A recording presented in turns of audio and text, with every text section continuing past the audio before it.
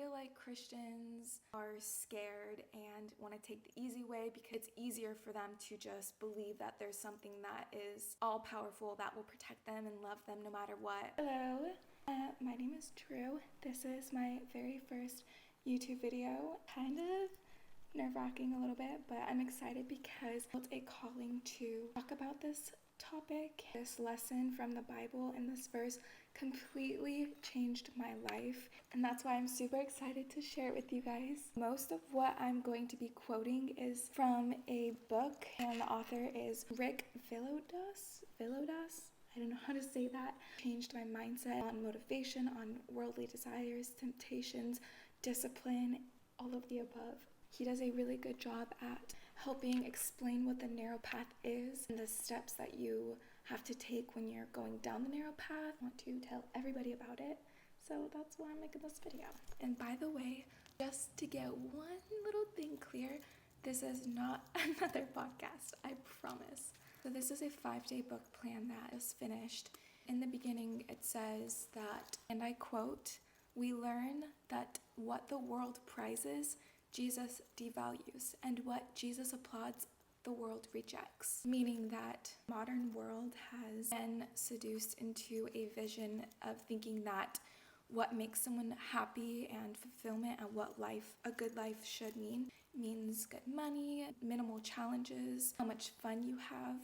But when reading the Bible and getting closer to Jesus, he basically teaches us that that's not what a meaningful, fulfilled life looks like. He actually explains that the most fortunate people are the people that have been humbled by challenges and at their weakest and most suffering times have fell to the feet of Jesus and begged for him and begged for his help. In the book, it says that God doesn't despise comfortable people. He doesn't not want us to be comfortable. It's that he knows the benefit of spiritual disruptions, that when he causes that in us, it only makes us stronger, only benefiting us in the long run when our spirit is disrupted. This whole teaching and lesson is based off of this one verse that is probably my top 10, top 5 favorite verses. And if you turn to Matthew chapter 7, it's verse 13. It's called "The Narrow and Wide Gates." So the verse says, "Enter through the narrow gate, for wide is the gate and broad is the road that leads to destruction, and many enter through it. But small is the gate and narrow the road that leads to life, and only few find it." This verse right here and the narrow path that Jesus is talking about is getting to the core of what it means to be human with the gifts God gave us for free will. There's 2 paths, good, bad, easy, hard. God loved us so much, he gave us the choice of which path we want to take, what decisions we want to make here on earth. Who do you want to be? What path do you want to take? Do you want to take the easy way? Do you want to take the hard way? The narrow path is the road that is least taken because it demands so much from us. What you've probably discovered just dealing with life already, through your challenges and your ability to get through something that was so much work, but the payoff was so rewarding. You probably noticed now that things in life that matter the most never come easy, ever. The greater the demand, the deeper the payoff.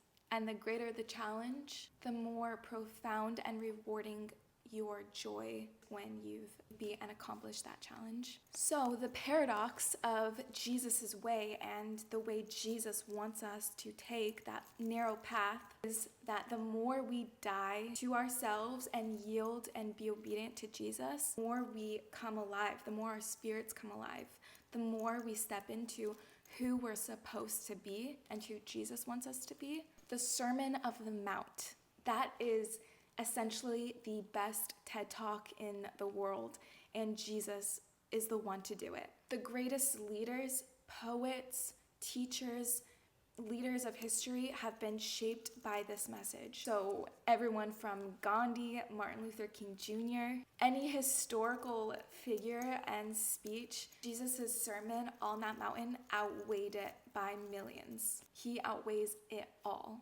In the book, the author says, the sermon that Jesus is preaching to all of these people, that's not how we earn our salvation. That is how we demonstrate it. So for the people who have found Jesus and have a relationship with him, he's literally transformed them to resist the cultural norms. It's extremely hard being in a drunken, broken world, seeing all of these societal desires and norms that are supposedly like what makes you happy, for us to resist it. That's part of being in this narrow path that Jesus talks about. And Jesus is talking and teaching his Sermon on the Mountain to all of these people. These are the pages of his Sermon on the Mountain, basically inviting you into a whole different way of seeing, hearing, and being. And choosing this narrow path rather than the broad path, you are basically trusting that Jesus knows what's best for you and not yourself.